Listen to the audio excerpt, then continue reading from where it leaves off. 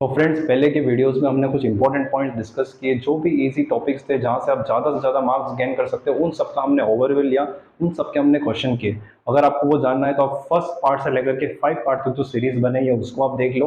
आज के इस वीडियो में हम थ्योरी को डिस्कस करेंगे। तो फ्रेंड्स, हम शुरुआत करते हैं डेफिनेशन ऑफ पार्टनरशिप फॉर्म की। सबसे पहले तो पार्टनरशिप की डेफिनेशन जो आपकी बुक में गिवन है वो किसने दी है? वो हमें दी है इंडियन पार्टनरशिप एक्ट 1932। याद रखना, इंडियन पार्टनरशिप एक्ट 1932 बिल्कुल बेसिक डिटेल है, लेकिन बहुत सारे लोग ये भी भूल जाते हैं। तो हमारा जो इंडियन पार्टनरशिप एक्ट है वो कौन सा है? 1932। उसने पार्टनरशिप की डेफिनेशन क्या दी है? तो पार्टनरशिप की डेफिनेशन में उसने लिखा है the relation between persons who have agreed to share the profits of a business carried on by all or any of them acting for all। पहली बात, इस डेफिनेशन से आपको बहुत सारी चीजें क्लियर हो जाएगी कि पार्टनरशिप के अंदर सबसे पहले तो एक बिजनेस होना चाहिए। बिना बिजनेस के आप पार्टनरशिप नहीं कर सकते। ऐसा नहीं कि आप कहीं घूमने गए और आप 4 लोग मिलके जा रहे हो तो वो पार्टनरशिप कहलाएगी, नहीं। लीगली पार्टनरशिप हम उसी को बोलेंगे जिसके अंदर एक बिजनेस होगा। बिजनेस होने के साथ साथ हम क्या करेंगे? उसका जो भी प्रॉफिट होगा, प्रॉफिट लिखा है डेफिनेशन में, लेकिन इसका मीनिंग प्रॉफिट और लॉस दोनों से है। तो प्रॉफिट और लॉस को हम शेयर करेंगे। ऐसा नहीं कि एक ही बंदा प्रॉफिट ले रहा है, दूसरा सैलरी ले रहा है और उसको हम पार्टनरशिप बोलेंगे, नहीं। पार्टनरशिप का मतलब होता है जो भी बिजनेस में प्रॉफिट होगा उसको हम शेयर करेंगे। अच्छा, यहाँ पे ये लाइन बहुत इंपॉर्टेंट है, कैरिड ऑन बाय ऑल, मतलब उस बिजनेस को चलाने वाला, कैरी ऑन करने वाला सारे लोग हो सकते हैं, और any of them acting for all, या फिर हो सकता है कि एक ही बंदा उस बिजनेस को चला रहा है लेकिन वो सबको रिप्रेजेंट करता है। तो एक बिजनेस होना चाहिए, उसमें प्रॉफिट लॉस जो भी होगा उसको डिस्ट्रीब्यूट करेंगे शेयर्स में, और उस बिजनेस को कैरी ऑन चाहे एक करे या चाहे सब करे, वो सबको रिप्रेजेंट करेगा। तो ये डेफिनेशन होती है हमारी पार्टनरशिप की। मिनिमम और मैक्सिमम पार्टनर, जैसे कि सबको पता है कि मिनिमम पार्टनर कितने हो सकते हैं पार्टनरशिप में? 2, क्योंकि 2 से कम लोग होंगे तो पार्टनरशिप तो पॉसिबल नहीं है। तो 2 पार्टनर्स मिनिमम हो सकते हैं, और मैक्सिमम पार्टनर्स जो है वो होने चाहिए 50। 50 से ज्यादा हम पार्टनर नहीं रख सकते। अच्छा, कंफ्यूजन यहाँ पर नहीं होता है कि मैक्सिमम 50 है। कंफ्यूजन यहाँ पर होता है कि ये जो मैक्सिमम 50 है ये कौन बता रहा है, कहां पर लिखा हुआ है? तो ये जो चीज है 50 मैक्सिमम पार्टनर होने चाहिए, ये इंडियन पार्टनरशिप एक्ट 1932 में कहीं पर भी लिखा हुआ नहीं है। तो मैक्सिमम पार्टनर 50 होनी चाहिए, ये हमारा देता है कंपनीज एक्ट। कंपनीज एक्ट 2013, पहले ये 1956 था, अपडेट होकर हो गया companies act 2013। Companies act 2013 but बताता है कि हमारे मैक्सिमम पार्टनर कितने होने चाहिए? 50 से ज्यादा हम पार्टनर नहीं रख सकते। तो ये बहुत इंपॉर्टेंट पॉइंट आता है। ये इसका एक असर्शन रीजन का क्वेश्चन भी है जो आपके बोर्ड पेपर में आया था। आप आई बटन पे क्लिक करोगे तो आप उसको देख पाओगे कैसे उसको सोल्व करना है। तो इसमें मैक्सिमम पार्टनर 50 होने चाहिए according to companies act, not partnership act. Companies act 2013, company में बता रखा है कि 50 से ज्यादा अगर पार्टनर रखोगे तो उसको आप कंपनी बनाना पड़ेगा, उसको आप पार्टनरशिप फॉर्म फिर नहीं कह सकते। Point, in the absence of partnership deed, अगर पार्टनरशिप डीड आपके पास नहीं है तो हमारे कौन से प्रोविजन एप्लीकेबल होते हैं? इसी का मैंने एक एमसीक्यू भी पोस्ट किया था, अगर आपको आपने सोल्व किया है तो। पार्टनरशिप डीड नहीं है या फिर पार्टनरशिप डीड कुछ पॉइंट्स पे साइलेंट है, तो हम क्या प्रोविजंस को कंसीडर करते हैं? तो नंबर 1 होता है इक्वल शेयर ऑफ प्रॉफिट। अगर पार्टनरशिप डीड में प्रॉफिट कैसे डिस्ट्रीब्यूट करना है इसके बारे में कुछ नहीं लिखा है तो इक्वली प्रॉफिट डिस्ट्रीब्यूट होगा हर पार्टनर के बीच में। नंबर 2 होता है no IOC, IOD, salary, commission. देखो, ये बहुत इंपॉर्टेंट पॉइंट है। चाहे कोई पार्टनर कुछ भी कहे, चाहे पार्टनर कहे कि मैं तो बहुत काम कर रहा हूँ मुझे सैलरी चाहिए, कोई कहेगा कि मैंने बहुत सारी कैपिटल लगा रखी है मुझे आईओसी, इंटरेस्ट ऑन कैपिटल चाहिए, किसी का इंटरेस्ट ऑन ड्राइंग बन रहा है, किसी का कमीशन बन रहा है, वो सेल्स पे पैसा लेता है, कमीशन लेता है और बहुत सारी सेल्स उसकी वजह से हो रही है। लेकिन अगर पार्टनरशिप डीड साइलेंट है या फिर पार्टनरशिप डीड अवेलेबल नहीं है तो इनमें से कुछ भी किसी भी पार्टनर को प्रोवाइड नहीं किया जाएगा, ना तो आईओसी, ना आईओडी, ना सैलरी, ना कमीशन। नंबर 3 इसका जो प्रोविजन होता है वो ये होता है कि इंटरेस्ट ऑन लोन जो है, आईओएल, इंटरेस्ट ऑन लोन जो है वो 6% पर एनम एप्लीकेबल होता है। अच्छा, कौन सा लोन? पहली बात, एक बात इसके अंदर आप नोट करना, हो सकता है थोड़ा कंफ्यूजिंग कभी यहाँ पर एमसीक्यू आ जाए। तो यहाँ पर क्या होता है, 2 तरह के लोन होते हैं। एक लोन होता है, लोन के हम 2 पार्ट करेंगे। तो लोन 2 तरह के होते हैं, एक होता है फर्म टू पार्टनर, यानी जब फर्म पार्टनर को लोन देती है, और एक होता है पार्टनर टू फर्म। ठीक है, तो ये दो तरह के लोन है। फर्म ने पार्टनर को लोन दिया और पार्टनर ने फर्म को लोन दिया। अब इसके अंदर अगर पार्टनरशिप डीड के अंदर कोई रेट मेंशन है, देखो यहाँ पर न्यूमेरिकल क्वेश्चन भी आ सकता है, तो वो थोड़ा सा कंफ्यूजिंग हो जाता है। अगर पार्टनरशिप डीड में दे रखा है कि आपको 5% लगाना है, तो 5% फिर लगाना ही पड़ेगा दोनों सिचुएशन में, उसमें हम कुछ नहीं कर सकते। अगर पार्टनरशिप डीड में कुछ नहीं लिखा है, अगर पार्टनरशिप डीड साइलेंट है, तो क्या हो जाएगा, जब फर्म ने पार्टनर को लोन दिया है तो यहाँ पे लगेगा नो इंटरेस्ट। याद रखना, जब पार्टनरशिप डीड साइलेंट है तो नो इंटरेस्ट किस में होता है, जब फर्म ने पार्टनर को लोन दिया है। और जब पार्टनर ने फर्म को लोन दिया है और पार्टनरशिप डीड साइलेंट है, तो वहां पर 6% पर एनम इंटरेस्ट बनता है। तो ये जो प्रोविजन है 6% पर एनम का, वो किस केस में है, जब एक पार्टनर फर्म को लोन देता है और पार्टनरशिप डीड साइलेंट है। अगर डीड में कोई रेट है तो वही रेट से अप्लाई करना है, और डीड में अगर इधर भी कोई रेट है तो वही रेट से अप्लाई करना है। अगर यहाँ साइलेंट होती है तो कोई इंटरेस्ट हमारा नहीं बनता है। नेक्स्ट हम कुछ प्रोविजंस की बात कर लेते हैं जो interest on loan, interest on capital और इंटरेस्ट ऑन ड्राइंग के केसेस में लगते हैं। सबसे पहले हम लेते हैं इंटरेस्ट ऑन ड्राइंग। तो इंटरेस्ट ऑन ड्राइंग के अंदर एक तो आपको ये याद रखना है कि जब किसी केस में डेट गिवन नहीं है, डेट नॉट गिवन, यानी कि आपको ड्राइंग कब करी है उसकी कोई डेट गिवन नहीं है, तो इंटरेस्ट आपको कैलकुलेट करना होगा 6 मंथ्स लेकर के। यानी आपको क्या करना पड़ेगा, आपको 6/12 करना पड़ेगा क्वेश्चन के अंदर, और एमसीक्यू में भी आ सकता है। अगर डेट गिवन नहीं है तो 6 मंथ्स का हम क्या करेंगे, इंटरेस्ट कैलकुलेट करेंगे। इस पे मैंने क्वेश्चन भी सोल्व करवाया था, आप जाके इसको देख सकते हो। तो अगर कोई पार्टनर मंथली ड्राइंग करता है और अगर वो स्टार्टिंग में कर रहा है, मंथ के बिगिनिंग में, तो 6.5 का आपको इंटरेस्ट लेना है। अगर मिडल में कर रहा है तो 6 मंथ का इंटरेस्ट लेना है, और अगर एंड में कर रहा है, हर मंथ के एंड में, तो 5.5 का उसको इंटरेस्ट लेना है। तो ये दो प्रोविजन आपको याद रखने होंगे इंटरेस्ट ऑन ड्राइंग के केस में। एक और प्रोविजन इसका जो बनता है वो है क्वार्टरली का। अगर कोई पार्टनर क्वार्टरली ड्राइंग कर रहा है, क्वार्टरली का ड्राइंग कर रहा है, तो उसमें भी स्टार्टिंग क्वार्टर की शुरुआत में, क्वार्टर के बीच में और क्वार्टर के एंड में। तो इन सिचुएशन में क्या होता है, जो मिडल है उसमें तो 6 मंथ ही लगेगा, स्टार्टिंग में 7.5 मंथ्स का इंटरेस्ट लगेगा और एंड में 4.5 मंथ्स का इंटरेस्ट लगेगा। तो ये प्रोविजन आपको आईओडी के केस में याद रखना है। अगर डेट गिवन नहीं है तो 6 मंथ्स, डेट गिवन है तो उसी के अकॉर्डिंग हम मार्च तक कैलकुलेट करेंगे। डेट गिवन नहीं है तो 6 मंथ्स, और क्वार्टरली और मंथली होने पे ये प्रोविजंस अप्लाई होंगे। इंटरेस्ट ऑन कैपिटल के केस में वैसे तो कोई ज्यादा प्रोविजन होते नहीं है, लेकिन फिर भी कैलकुलेशन के बेस पे किसी न्यूमेरिकल में आपके ये क्वेश्चन आ सकता है कि जब हमारा पार्टनरशिप डीड के अंदर आईओसी एप्लीकेबल है, तो नंबर 1, अगर बिजनेस में लॉस हो रहा है तो हम कोई भी इंटरेस्ट ऑन कैपिटल प्रोवाइड नहीं करेंगे। अगर बिजनेस में लॉस हो रहा है तो no interest on capital. Second, अगर बिजनेस में प्रॉफिट हो रहा है और प्रॉफिट जो है वो सफिशिएंट है, यानी अगर अपनी लैंग्वेज में बात करें तो इनफ है, तब आपको पूरा आईओसी अप्लाई करना है। जितना इंटरेस्ट ऑन कैपिटल बनता है उतना पार्टनर्स को देना है। थर्ड सिचुएशन आती है जहां पे प्रॉफिट तो है लेकिन वो सफिशिएंट नहीं है, नॉट इनफ, यानी आईओसी देने के लिए वो इनफ नहीं है। तो यहाँ पे क्या प्रोविजन बनता है, यहाँ पे प्रोविजन बनता है कि हम क्या करते हैं, यहाँ पे प्रॉफिट को, जो भी प्रॉफिट हुआ है जो कि सफिशिएंट नहीं है, प्रॉफिट को हम डिस्ट्रीब्यूट करते हैं in the ratio of IOC. सबसे पहले आपको क्या करना होता है, यहाँ पे सारे पार्टनर का आईओसी कैलकुलेट करो, फिर उसका रेशियो ले लो। उस रेशियो में जो प्रॉफिट हुआ है, जो इनफ नहीं है, यानी कि आईओसी ज्यादा आ रहा है सारे पार्टनर्स का और प्रॉफिट कम आ रहा है, तो उस प्रॉफिट को आईओसी के रेशियो में हम डिस्ट्रीब्यूट करते हैं। तो ये कुछ प्रोविजन है। और नंबर 4 प्रोविजन होता है if IOC is a charge, if IOC is a charge against profit, यानी प्रॉफिट के अगेंस्ट वो एक चार्ज है, यानी किसी भी सिचुएशन में आपको क्या करना है, आईओसी देना है। तो यहाँ पे अगेन फुल आईओसी देना पड़ेगा, चाहे लॉस हो, प्रॉफिट इनफ नहीं हो, प्रॉफिट पूरा हो, व्हाटएवर। अगर आईओसी चार्ज है तो कंप्लीट पूरा जितना आईओसी बनता है उतना देना है। अगर प्रॉफिट इनफ नहीं है तो रेशियो में लेना है। किसके रेशियो में प्रॉफिट को डिस्ट्रीब्यूट करेंगे, आईओसी के रेशियो में। प्रॉफिट अगर इनफ है तो पूरा आईओसी देना है, अगर लॉस है तो फिर आपको क्या करना है, कोई भी आईओसी प्रोवाइड नहीं करना है। तो ये थ्योरी आपकी बनती है आईओसी के केस में।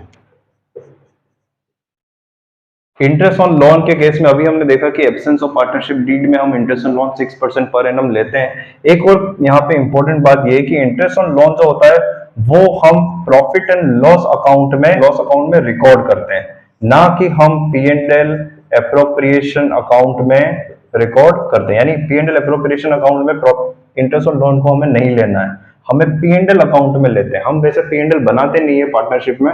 हमारा यहाँ पे क्या प्रोविजन रहता है, हमारा प्रोविजन रहता है कि हम जो नेट प्रॉफिट हमें गिवन होता है उसमें से अगर इंटरेस्ट ऑन लोन माइनस नहीं कर रखा है तो हम पहले माइनस करते हैं, फिर इंटरेस्ट ऑन लोन माइनस करने के बाद जो नेट प्रॉफिट बचा है उससे हम पी एंड एल अप्रोप्रिएशन की स्टार्टिंग करते हैं। यानी आईओएल यानी इंटरेस्ट ऑन लोन का जो एडजस्टमेंट है वो पी एंड एल में होता है, ना कि पी एंड एल अप्रोप्रिएशन में। ये हमेशा ही एक चार्ज होता है, कोई अप्रोप्रिएशन नहीं होता है। नेक्स्ट यहाँ पर जब हम गुडविल के ट्रीटमेंट में जाते हैं और वैल्यूएशन ऑफ गुडविल की हम बात करते हैं तो कुछ फॉर्मूलाज हमारे गुडविल के इंपॉर्टेंट होते हैं कि गुडविल हमें कैसे कैलकुलेट करनी है। जैसे अगर एवरेज मेथड है तो एवरेज मेथड में गुडविल क्या होता है, तो गुडविल ये होता है कि average profit of the firm multiply number of years purchase,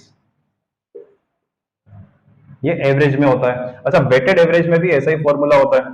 weighted average में फॉर्मूला क्या होता है, अगर हमारा वेटेड एवरेज है मेथड तो हम कौन सा फॉर्मूला यूज करते हैं, हम ये एवरेज प्रॉफिट की जगह रख लेते हैं weighted average. Weighted average multiply weighted average profit multiply number of years purchase,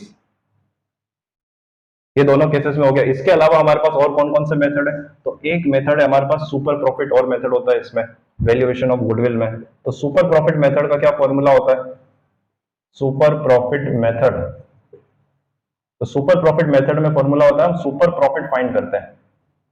super profit को फाइंड करने के बाद मल्टीप्लाई हम करते हैं नंबर ऑफ ईयर्स परचेज। अच्छा, सुपर प्रॉफिट कैसे आता है उसका भी अपना एक फॉर्मूला होता है। तो सुपर प्रॉफिट आपका आएगा average profit minus normal profit.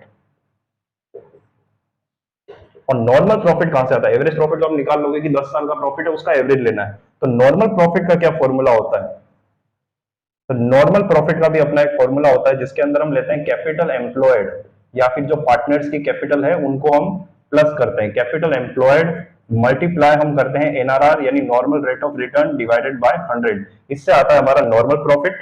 फिर एवरेज प्रॉफिट में से नॉर्मल प्रॉफिट माइनस करते हैं तो आता है सुपर प्रॉफिट। सुपर प्रॉफिट को अगर हम नंबर ऑफ ईयर्स परचेज जो कि क्वेश्चन में गिवन होगा उससे मल्टीप्लाई करेंगे तो आंसर आ जाएगा हमारा गुडविल। ये होता है सुपर प्रॉफिट मेथड। तो इसके बाद हमारे पास है कैपिटलाइजेशन मेथड। कैपिटलाइजेशन जो होता है वो दो तरह से होता है, एक तो होता है सुपर प्रॉफिट का capitalization, capitalization of super profit. तो इसका क्या फॉर्मूला बनता है, जो आपने सुपर प्रॉफिट कैलकुलेट किया है उसको आपको क्या करना है, मल्टीप्लाई करना है 100 से और डिवाइड करना है एनआरआर जो कि क्वेश्चन में गिवन होगी normal rate of return. Second आपका फॉर्मूला बनता है कैपिटलाइजेशन ऑफ एवरेज प्रॉफिट। तो इसमें आपको क्या करना होता है, सुपर प्रॉफिट कैलकुलेट नहीं करना होता, सिर्फ एवरेज प्रॉफिट को हम लेते हैं, एवरेज प्रॉफिट को हमने लिया मल्टीप्लाई हमने किया 100 से और डिवाइड कर लिया एनआरआर से। तो ये आप याद रख लेना कि क्वेश्चन के अंदर क्या पूछ रहा है, वो कैपिटलाइजेशन ऑफ सुपर प्रॉफिट है या कैपिटलाइजेशन ऑफ एवरेज प्रॉफिट है, क्योंकि एवरेज तो हर सिचुएशन में निकालना ही निकालना है। फिर अगर सुपर प्रॉफिट का कैपिटलाइजेशन करना है तो एवरेज से पहले सुपर प्रॉफिट निकालना पड़ेगा फिर कैपिटलाइजेशन करना पड़ेगा। तो ये जो क्वेश्चन बनता है एवरेज प्रॉफिट का हमने कैपिटलाइजेशन किया। अच्छा, यहाँ पर हम क्या करते हैं, माइनस करते हैं कैपिटल एम्प्लॉयड को, यहाँ पे किसी को भी माइनस, ये कंप्लीट फॉर्मूला है, इससे आपकी गुडविल आ जाएगी। इसमें अपन को क्या करना है, एवरेज प्रॉफिट का कैपिटलाइजेशन करना है, फिर कैपिटल एम्प्लॉयड यानी पार्टनर्स ने जो भी कैपिटल लगा रखी है ऑल पार्टनर्स ने उसको माइनस कर देना है। तो माइनस करने के बाद हमारे पास गुडविल आ जाएगा। तो ये फॉर्मूलाज भी आपके एमसीक्यूज में पूछ सकते हैं घुमा फिरा कर, तो आपको ये फॉर्मूलाज याद होने चाहिए गुडविल के। नेक्स्ट पॉइंट अब ले लेते हैं ट्रीटमेंट ऑफ गुडविल। देखो, ट्रीटमेंट ऑफ गुडविल की जो एंट्रीज होती है वो हमने डिस्कस की थी हमारे जो पार्ट 1 से लेकर पार्ट 5 तक हमने जो सीरीज बनाई, लेकिन फिर भी बेसिक एंट्रीज आपको याद होनी चाहिए क्योंकि घुमा फिरा के कहीं ना कहीं से एमसीक्यूज में आ जाती है। तो ट्रीटमेंट ऑफ गुडविल अलग अलग केसेस में क्या होता है, सबसे पहले तो गुडविल का ट्रीटमेंट हम कब कब करते हैं, एक तो हम करते हैं जब चेंज होता है हमारा रेशियो यानी चेंज इन पीएसआर। इसमें ट्रीटमेंट ऑफ गुडविल यानी गुडविल की एंट्री क्या होती है, तो इसमें एंट्री होती है gaining partners capital account debit to sacrificing partners capital account. ये कब होता है, जब चेंज इन पीएसआर है, गेनिंग पार्टनर को डेबिट करना है, सैक्रिफाइसिंग को क्रेडिट करना है। नंबर 2 एडमिशन आता है। तो एडमिशन में बेसिकली दो एंट्रीज आपको याद रखनी होती है, एक तो जब गुडविल पार्टनर लेकर आता है तो कैश और बैंक, कैश की जगह बैंक भी आ सकता है, cash account debit to premium for goodwill, जो न्यू पार्टनर गुडविल लेकर आएगा। और इसका जो एडजस्टमेंट होता है वो एडजस्टमेंट ये होता है कि हम क्या करते हैं, डिस्ट्रीब्यूट करते हैं इस प्रीमियम फॉर गुडविल को, premium for goodwill account debit to sacrificing partner. किसे मिलती है गुडविल? सेक्रीफाइसिंग पार्टनर्स को मिलती है in admission of, in admission of partnership, sorry in admission of new partner. तो सेक्रीफाइसिंग पार्टनर को हम क्या करते हैं, गुडविल देते हैं, premium for goodwill account debit to sacrificing partner. और फर्स्ट गुडविल लाने की entry cash account debit to premium for goodwill. Third हम आ जाते हैं डेथ और रिटायरमेंट दोनों। देखो डेथ और रिटायरमेंट दोनों में सेम एंट्री होती है। क्या एंट्री करते हैं हम डेथ और रिटायरमेंट में? हम क्या करते हैं, पेमेंट करते हैं जो डिसीज्ड पार्टनर है या जो रिटायरिंग पार्टनर है। तो डेथ और रिटायरमेंट में हम एक ही एंट्री याद रखेंगे, खाली वहां पर डिसीज्ड पार्टनर करना है या फिर रिटायरिंग पार्टनर करना है। तो देता कौन है इसमें? गुडविल देता है गेनिंग पार्टनर्स। तो गेनिंग पार्टनर जो होते हैं वो गुडविल देते हैं। Gaining partners capital account debit to, वो किसे मिलती है? अगर रिटायर हो रहा है तो रिटायरिंग पार्टनर, और अगर किसी की डेथ हो रही तो डिसीज्ड पार्टनर, कैपिटल अकाउंट। तो ये एंट्री आपको याद रखनी होगी हर सिचुएशन में। Change in PSR, admission, death और रिटायरमेंट, ये एंट्रीज होती है हमारी गुडविल की।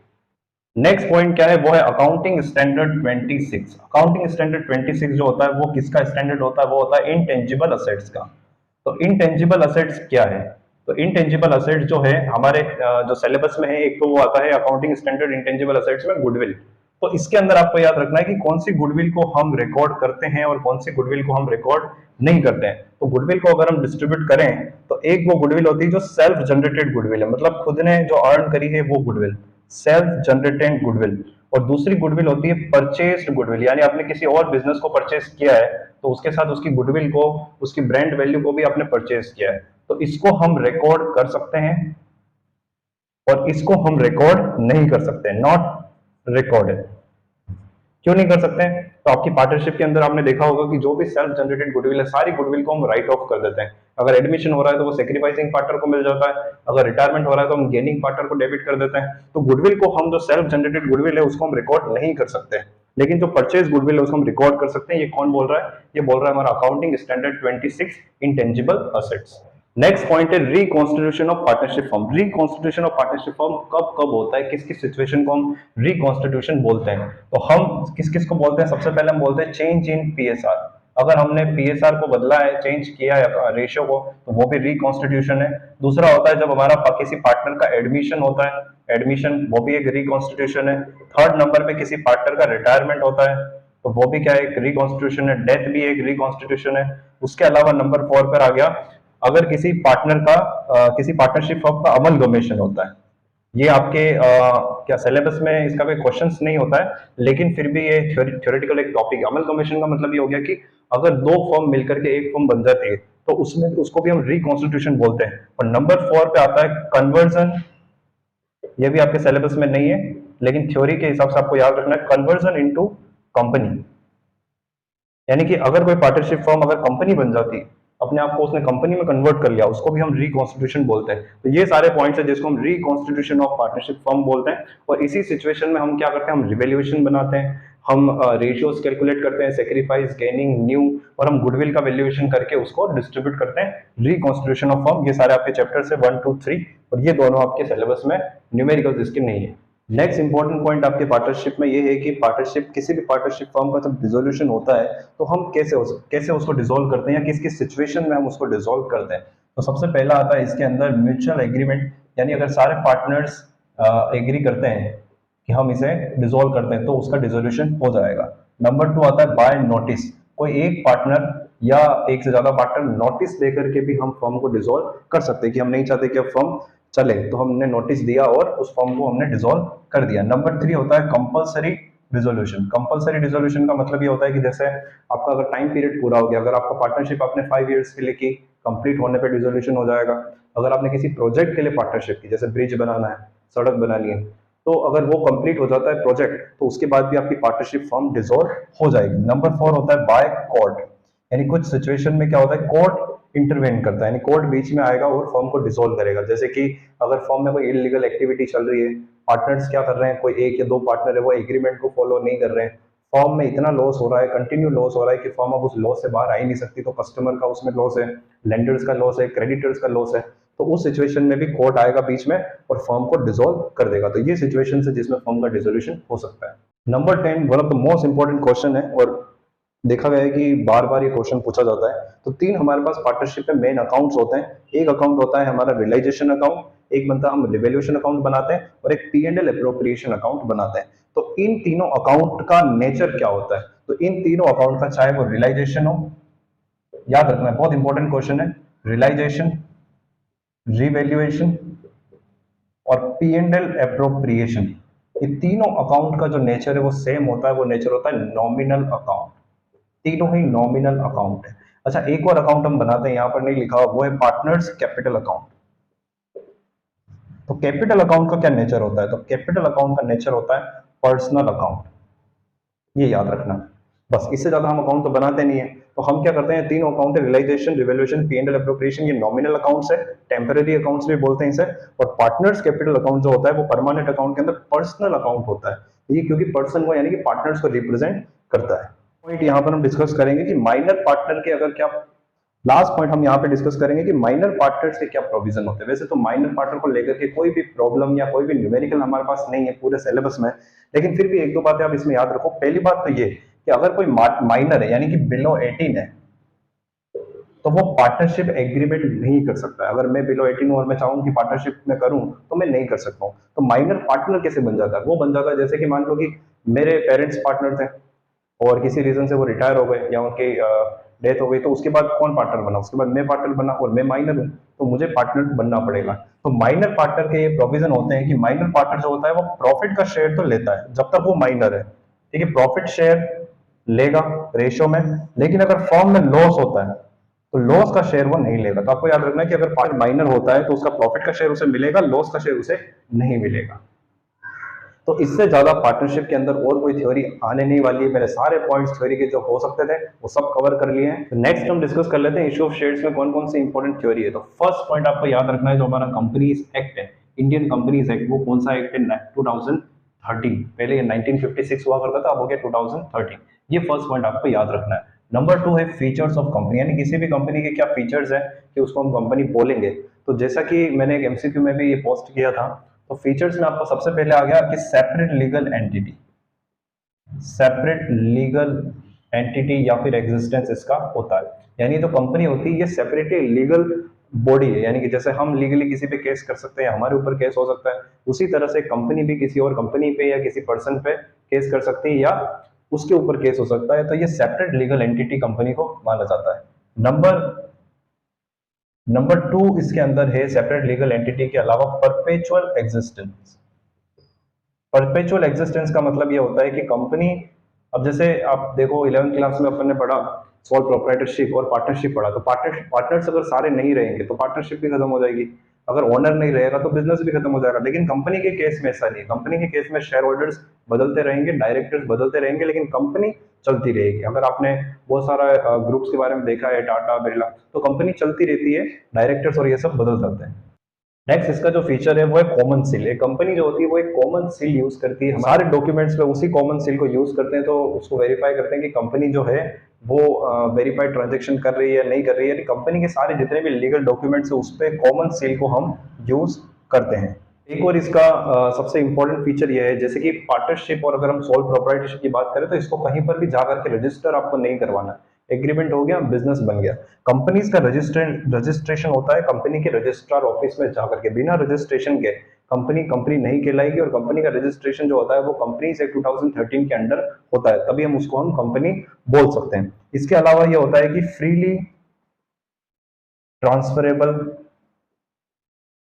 शेयर्स, यानी कि इसके अंदर क्या होता है कि जो कंपनी के शेयर्स होते हैं वो आप किसी को भी बेच सकते हो, खास करके पब्लिक कंपनी में।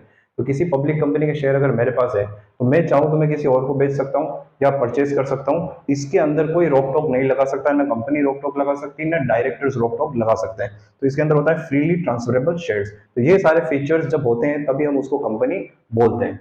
नेक्स्ट इंपॉर्टेंट पॉइंट आ जाता है हमारे पास types of companies. Types of companies के अंदर हमारे पास तीन कंपनीज मेंशन है। एक तो है वन पर्सन कंपनी, दूसरा है प्राइवेट कंपनी,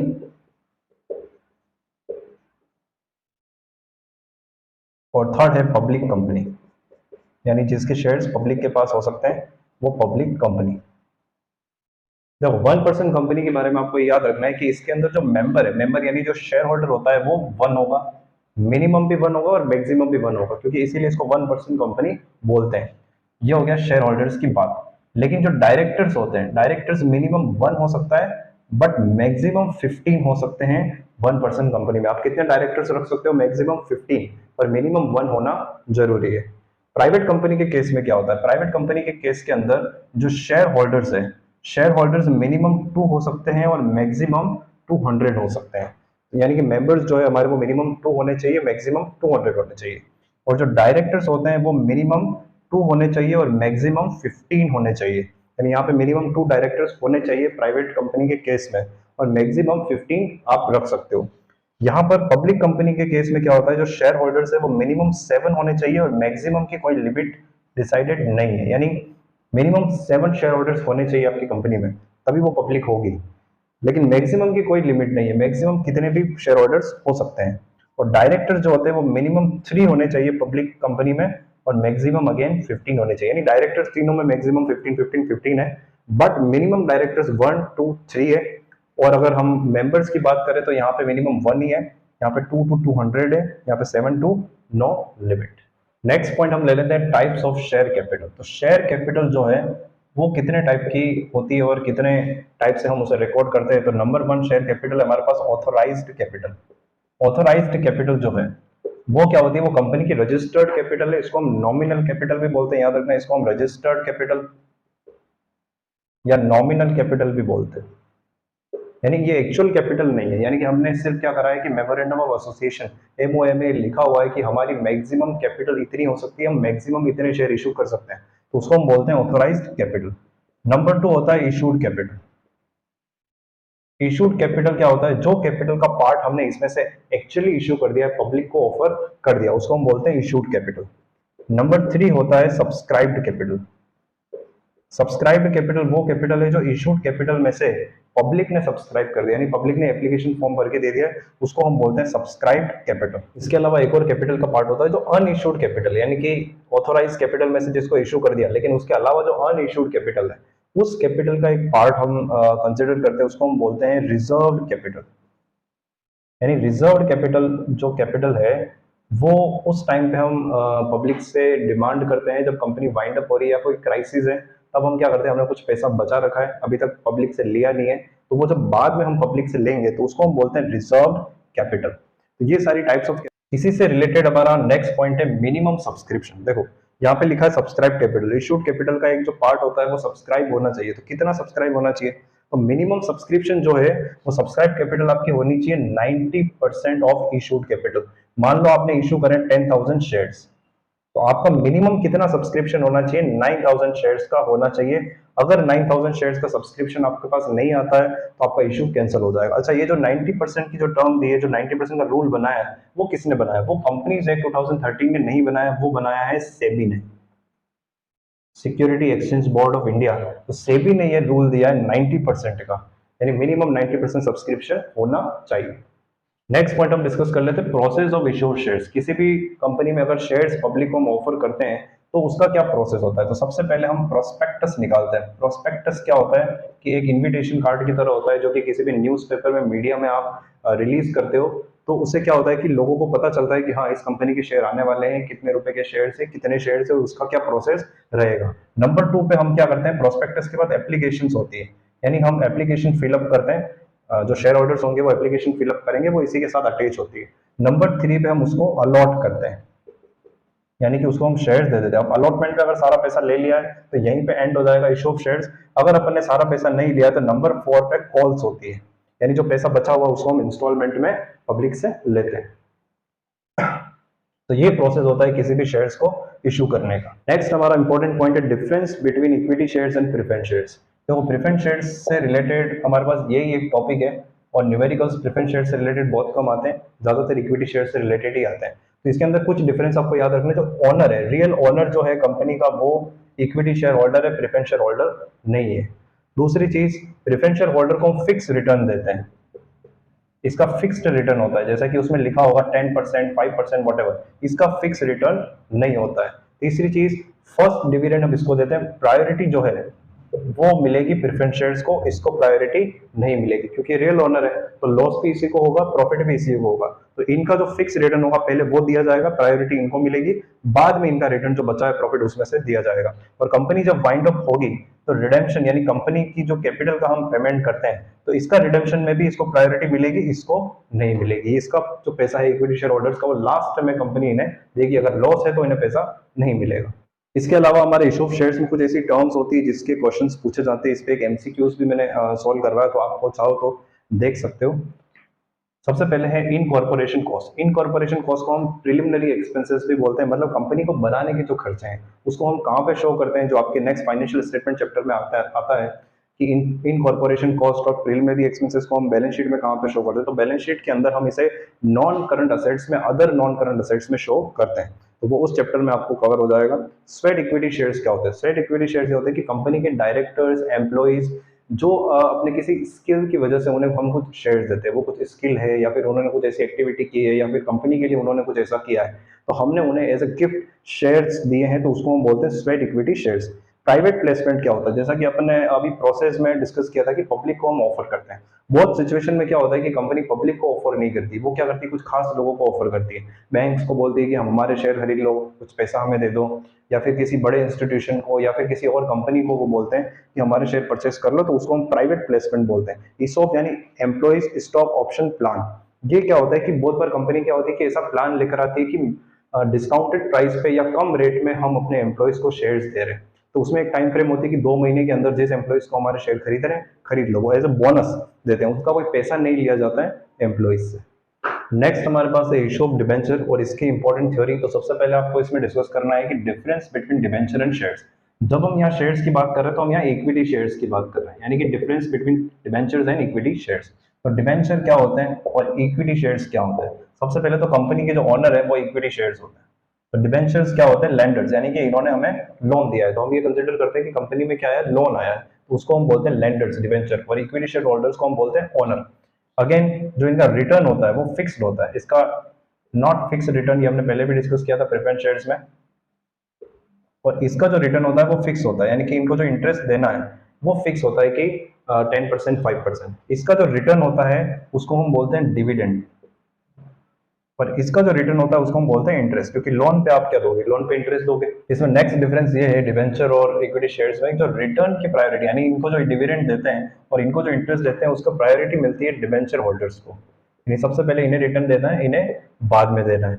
दूसरा, जब कंपनी वाइंड अप होगी तो इनका जब रीपेमेंट होगा, इनका जब रिडेम्पशन होगा, उसमें भी प्रायोरिटी जो है वो आपको डिवेंचर्स को देनी है, इक्विटी और प्रेफरेंस दोनों से पहले, और डिविडेंड के केस में भी दोनों से पहले, इनको प्रायोरिटी नहीं देनी।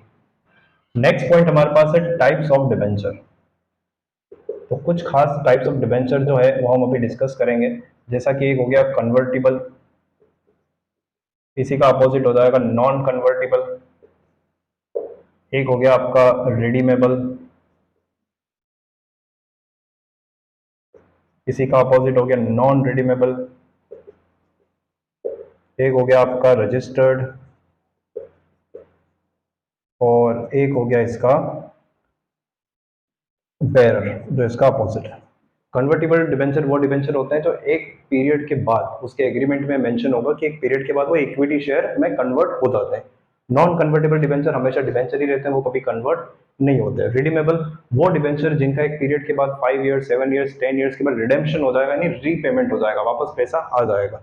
नॉन रिडीमेबल डिबेंचर वो डिबेंचर होते हैं जो कंपनी के वाइंड अप पर ही उनका रिडेम्पशन होगा। रजिस्टर्ड डिबेंचर ये वो डिबेंचर होते हैं जिनको कंपनी रजिस्टर्ड रखती है, अपने पास उनका रिकॉर्ड रखती है, और जो इंटरेस्ट देना है वो इन्हीं को मिलता है। दूसरा होता है बेरर डिबेंचर। बेरर डिबेंचर में कंपनी इनका कोई रिकॉर्ड नहीं रखती, यानी कि आज आपके पास डिबेंचर है, आपने किसी और को बेच दिया, उसके पास डिबेंचर है, फिर उसने किसी और को बेच दिया, तो ऐसे वो घूमता रहता है। वो बेरर डिबेंचर होता है, उसका कंपनी रिकॉर्ड किसके पास है उसका रिकॉर्ड नहीं रखती, इंटरेस्ट उसी को मिलता है जिसके पास है, तो वो डिबेंचर को इंटरेस्ट मिलता है, डिबेंचर होल्डर से वहां पे कोई लेना देना नहीं होता है। तो ये सारे टाइप्स होते हैं डिबेंचर्स के। Next one of the most important point जो आपके पूछा जाता है इशू ऑफ डिबेंचर में, वो है zero coupon bond. Zero coupon bond क्या होता है? ये वो बॉन्ड है जिसके ऊपर इंटरेस्ट जीरो होता है, हम इंटरेस्ट बिल्कुल भी पे नहीं करते हैं, तो इसको कोई भी क्यों परचेस करेगा। इसको जो इशू किया जाता है वो डिस्काउंट पे इशू किया जाता है, यानी कि अगर 100 का डिबेंचर है तो इसको हमने 75 में इशू कर दिया, और इसका जो रिडेम्पशन होता है वो रिडेम्पशन पार पे या प्रीमियम पे होता है, यानी कि कम से कम 100 या 100 प्लस पे इसका रिडेम्पशन होगा, यानी आपको 25 या 25 से ज्यादा ऑलरेडी इस पे मिल जाएगा, बेनिफिट कैपिटल गेन हो जाएगा। इसलिए इस डिबेंचर को लोग परचेज करते हैं, इन तरह के बॉन्ड्स को हम परचेज करते हैं। एक और बात, बॉन्ड्स और डिबेंचर में कोई फर्क नहीं होता है। नेक्स्ट हमारे पास पॉइंट है कोलेटरल सिक्योरिटी। तो जब भी हम लोन लेते हैं तो लोन के अंदर क्या होता है, एक सिक्योरिटी हमें देनी होती है। एक होती है प्राइमरी सिक्योरिटी।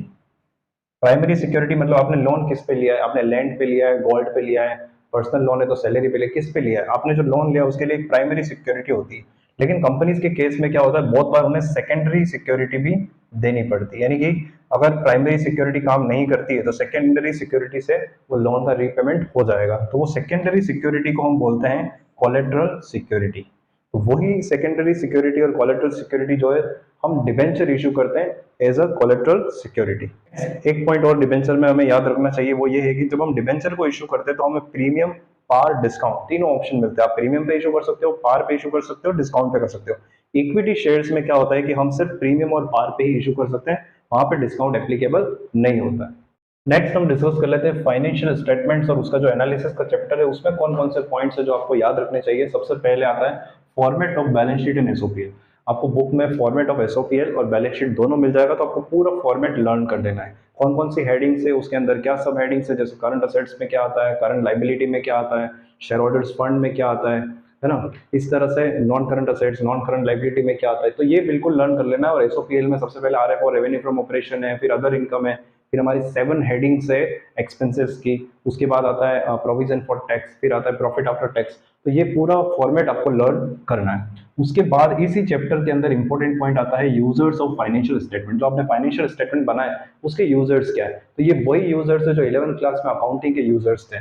जैसे कि इसके अंदर आता है नंबर 1 ऑनर या शेयर होल्डर्स, क्योंकि कंपनी के केस में जो ओनर है वही शेयर होल्डर्स है। तो नंबर 2 आता है पोटेंशियल इन्वेस्टर्स, मतलब वो लोग जो आप इन्वेस्ट करना चाहते हैं उन्होंने अभी तक इन्वेस्ट नहीं किया है। उसके बाद आता है लेंडर्स, यानी जिन्होंने आपको पैसा दिया है, आपको लोन दिया है, या फिर जो डिबेंचर होल्डर्स हैं। फिर आता है गवर्नमेंट अथॉरिटीज, यानी जो जब आप टैक्स फाइल अप करोगे तो टैक्स अथॉरिटी होगी, लेबर यूनियन होगा, ऐसे बहुत सारी गवर्नमेंट अथॉरिटीज होती है जो आपके फाइनेंशियल स्टेटमेंट्स को यूज करती है। इसके बाद रिसर्चर्स, है ना, जो लोग रिसर्च करना चाहते हैं आपकी कंपनी पे, आपकी कंपनी के डेटा को यूज करना चाहते हैं, तो वो लोग हो सकते हैं। और ओनर और शेयर होल्डर के साथ साथ एक और होता है जो कि इंटरनली कंसिडर हम करते हैं, मैनेजमेंट। तो ये कुछ यूजर्स होते हैं फाइनेंशियल स्टेटमेंट्स के। उसके बाद one of the most important point जिसका हर बार क्वेश्चन आता ही आता है वो है मेजर हेड और सब हेड। आपको इसी फाइनेंशियल स्टेटमेंट चैप्टर में मिलेगा कि हर एक आइटम का पूछा जाएगा कि मेजर हेड क्या होगा, सब हेड क्या होगा। देखो मेजर हेड जो होते हैं वो फिक्स होते हैं, यानी कि मेजर हेड आपको जब आप बैलेंस शीट, खास करके बैलेंस शीट से ही क्वेश्चन आता है, तो बैलेंस शीट को आप लर्न करोगे तो मेजर हेड तो आपको वैसे ही पता चल जाएगा। तो मेजर हेड के अंदर क्या है, जैसे कि शेयर होल्डर्स फंड है, ठीक है, दूसरा है हमारे पास नॉन करंट लाइबिलिटी है, तीसरा है करंट लाइबिलिटी है, चौथा है नॉन करंट असेट्स है, और पांचवा है करंट असेट्स। यही मेजर हेड है। और कभी कभी नोट्स टू अकाउंट्स भी बन जाता है। कुछ चीजें जैसे कंटिजेंट लाइबिलिटी है, या फिर कोई ऐसी चीज है जो हम बैलेंस शीट के अंदर नहीं लिख सकते, या वारंटी वगैरह ऐसी चीजें होती है, या आपने किसी की गारंटी ली है, तो वो चीजें नोट्स टू अकाउंट्स में आती है। जैसे कि कोई कोर्ट केस चल रहा है जिसमें फ्यूचर में आपके जीतने के, उसको विन करने के चांसेस है, तो ये सारी डिटेल नोट्स टू अकाउंट्स में आती है। और बाकी बैलेंस शीट के अंदर ये सारे मेजर हेड होते हैं। अब इसके अलावा सब हेड, तो हर एक आइटम के लिए एक सब हेड होता है। जैसे अगर मैं बात करूँ जनरल रिजर्व की, तो जनरल रिजर्व क्या आता है, तो मेजर हेड तो उसका हो गया शेयर होल्डर्स फंड, और उसका सब हेड हो जाएगा रिजर्व एंड सरप्लस, क्योंकि वो इसी के अंडर आता है। इसी तरह से अगर मैं बात करूं आउटस्टैंडिंग एक्सपेंसेस, आउटस्टैंडिंग सैलरी, तो वो करंट लाइबिलिटी उसका मेजर हेड हो गया, और सब हेड हो गया अदर करंट लाइबिलिटी। जैसे प्रोविजन फॉर टैक्स, तो प्रोविजन फॉर टैक्स भी करंट लाइबिलिटी में आता है, वो बनता है शॉर्ट टर्म प्रोविजन।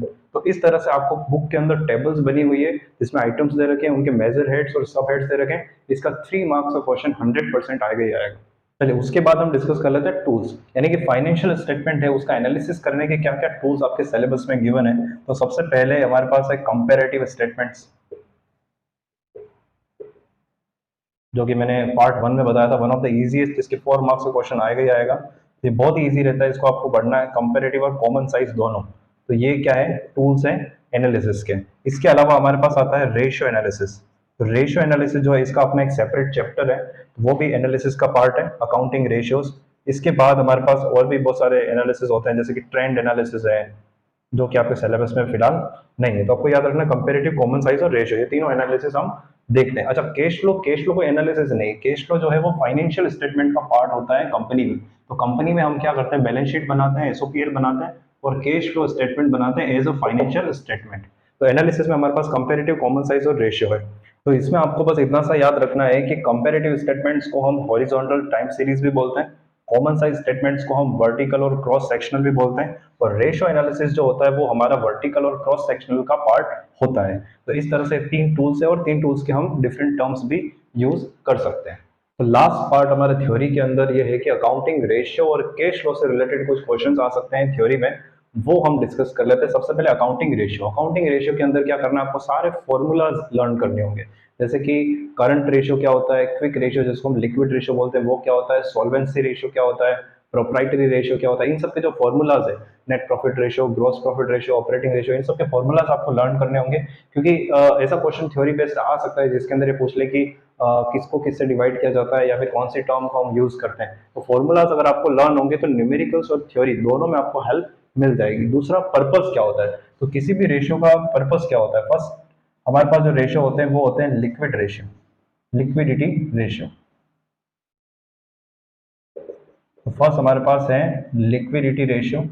तो लिक्विडिटी रेशियो का जो पर्पस होता है वो ये बताना होता है कि क्या कंपनी अपनी करंट लाइबिलिटीज को पे कर सकती है या नहीं पे कर सकती है। यानी कि जो करंट लाइबिलिटी है, शॉर्ट टर्म बोरोइंग्स है, यानी कि जो छोटे मोटे खर्चे जो कंपनी के डेली यूज के खर्चे हैं, जो कि वर्किंग कैपिटल के खर्चे हैं, उसको कंपनी पे करने के लायक है या नहीं है, इसको हम इसका ये पर्पस होता है। तो इसको यूज करने वाले कौन होते हैं, एक तो इंटरनल जो मैनेजमेंट है, मैनेजमेंट सारे रेशियोज को यूज करेगा, और खास करके इसको जो यूज करते हैं वो करते हैं हमारे क्रेडिटर्स करते हैं, या फिर जो शॉर्ट टर्म बोरोइंग यानी जिन्होंने छोटा मोटा लोन दिया है, वो लोग इन रेशियोज को चेक करते हैं कि कंपनी के अंदर लिक्विडिटी कितनी चल रही है, पैसा कितना वो मेंटेन करती है।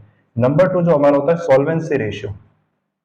सॉल्वेंसी रेशियो ज्यादातर जो डिवेंचर होल्डर्स हैं, हमारे जो लैंडर्स है जिन्होंने हमें लोन दिया है लॉन्ग टर्म के लिए, वो लोग यूज करते हैं कि कंपनी लॉन्ग टर्म में कितना ग्रो करेगी और लॉन्ग टर्म में क्या वो लोन पे कर पाएगी या नहीं कर पाएगी। अगर इसका आपने मिस कैलकुलेशन की है तो वही केस होगा जो विजय माल्या के केस में हुआ, क्योंकि लॉन्ग टर्म में वो पे नहीं कर पाएंगे तो कंपनी जो है वो पैसा डुबाएगी, और आपके लॉस किसको होगा, बैंक वालों को होगा, इंस्टीट्यूशंस का होगा।